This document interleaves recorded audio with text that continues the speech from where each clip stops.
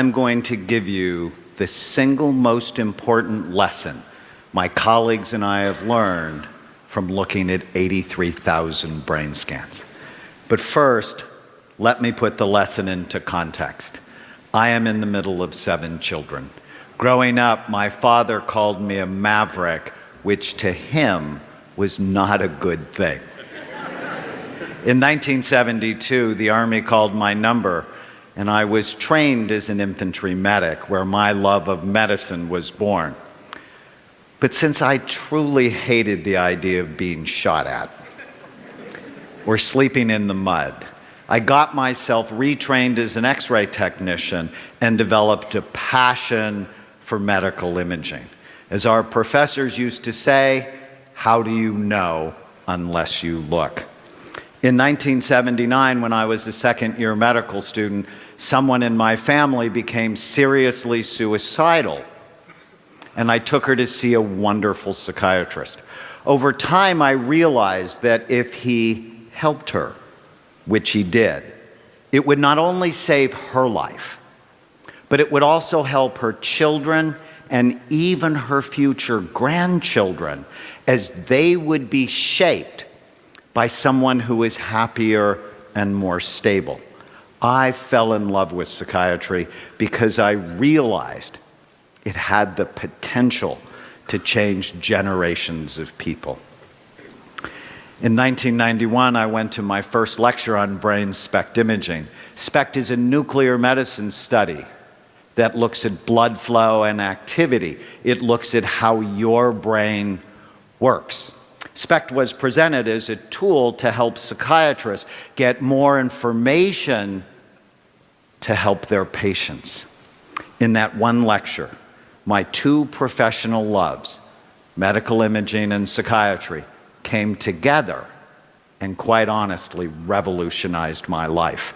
Over the next 22 years, my colleagues and I would build the world's largest database of brain scans related to behavior on patients from 93 countries.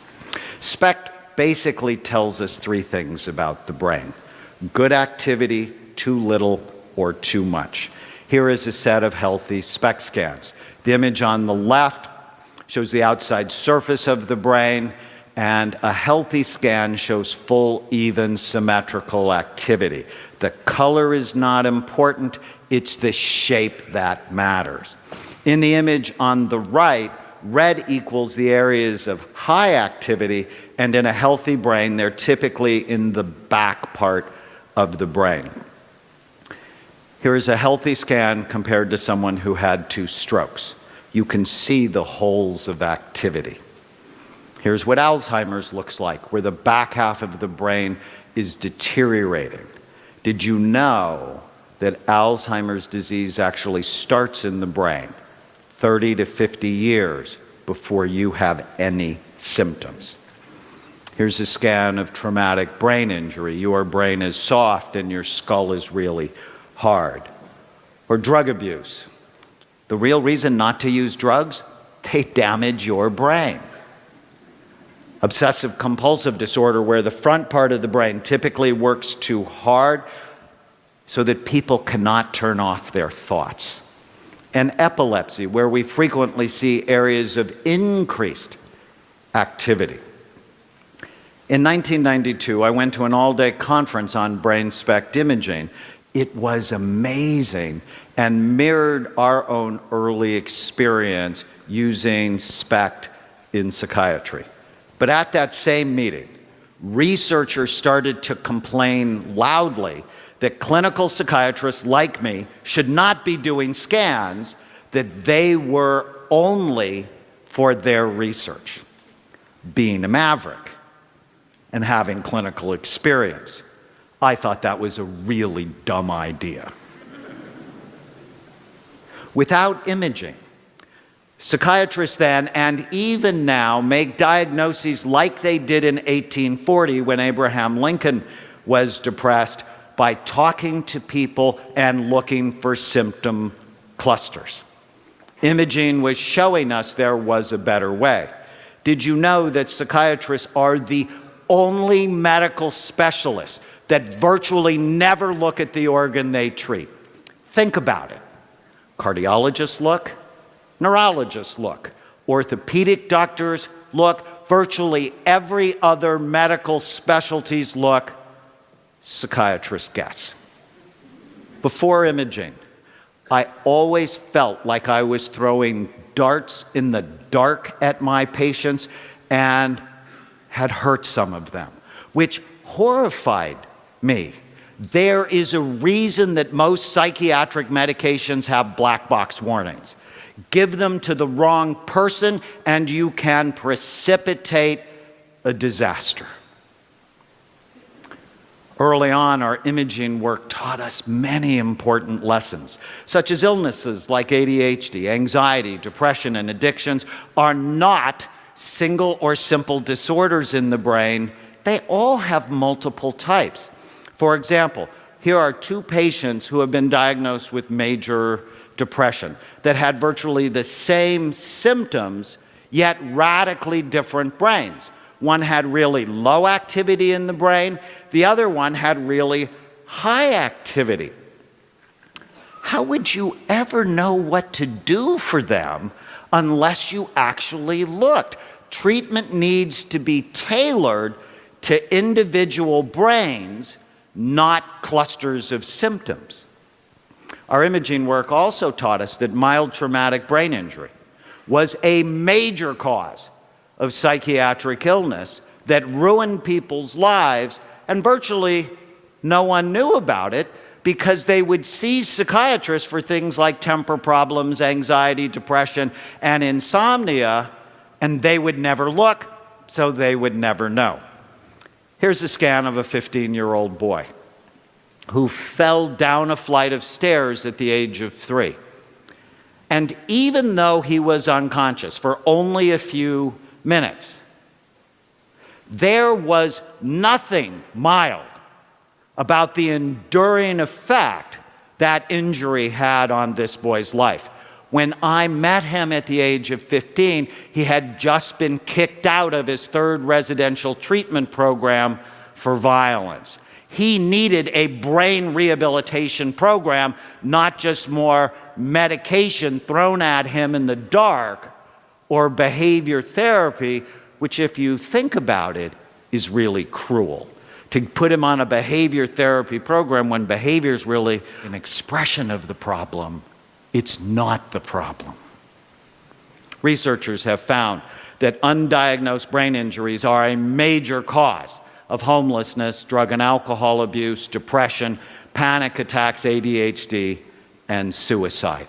We are in for a pending disaster with the hundreds of thousands of soldiers coming back from Iraq and Afghanistan, and virtually no one is looking at the function of their brain. As we continued our work with Spec, the criticism grew louder, but so did the lessons. Judges and defense attorneys sought our help to understand criminal behavior. To date, we have scanned over 500 convicted felons, including 90 murderers. Our work taught us that people who do bad things often have troubled brains. That was not a surprise. But what did surprise us was that many of these brains could be rehabilitated. So here's a radical idea. What if we evaluated and treated troubled brains rather than simply warehousing them in toxic, stressful environments? In my experience, we could save tremendous amounts of money by making these people more functional, so when they left prison, they could work, support their families, and pay taxes. Dostoevsky once said, "A society should be judged not by how well it treats its outstanding citizens, but by how it treats its criminals." Instead of just crime and punishment, we should be thinking about crime, evaluation, and treatment.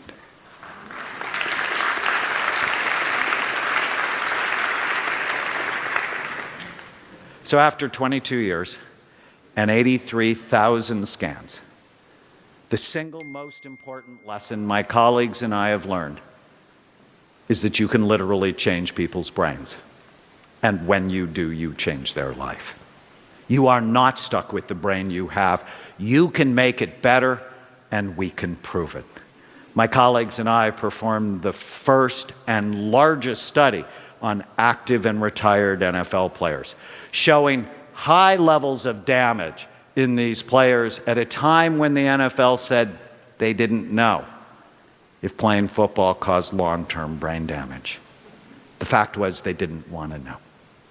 That was not a surprise. I think if you get most thoughtful 9-year-olds together and you talk about the brain is soft, about the consistency of soft butter, it's housed in a really hard skull that has many sharp bony ridges, 28 out of 30 9-year-olds would go, probably a bad idea for your life.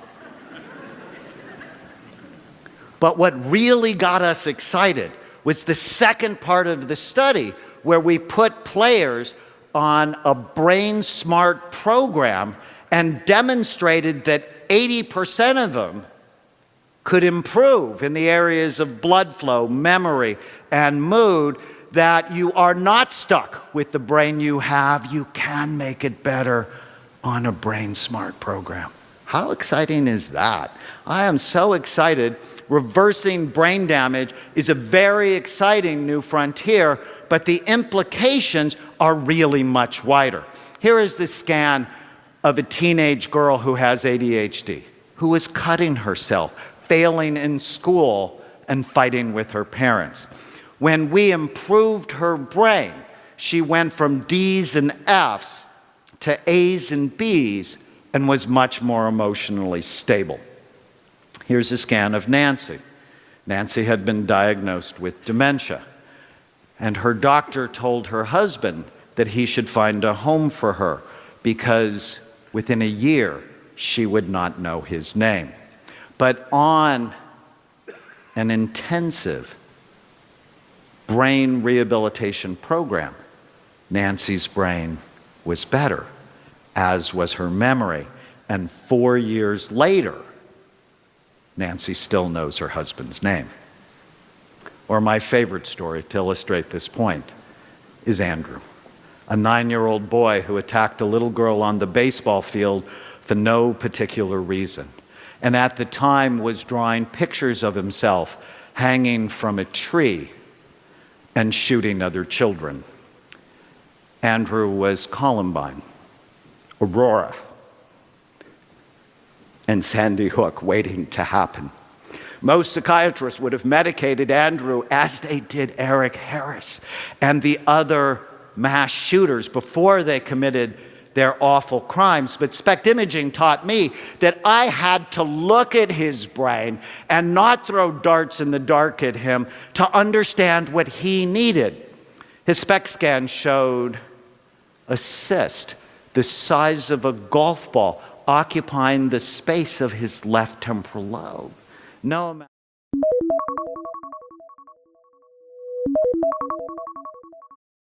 of medication or therapy would have helped Andrew.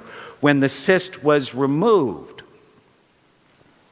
his behavior completely went back to normal, and he became the sweet, loving boy he always wanted to be. Now, 18 years later, Andrew, who is my nephew, owns his own home, is employed, and pays taxes. Because someone bothered to look at his brain. He has been a better son and will be a better husband, father, and grandfather. When you have the privilege of changing someone's brain, you not only change his or her life, you have the opportunity to change generations to come. I'm Dr. Daniel Amen. Thank you.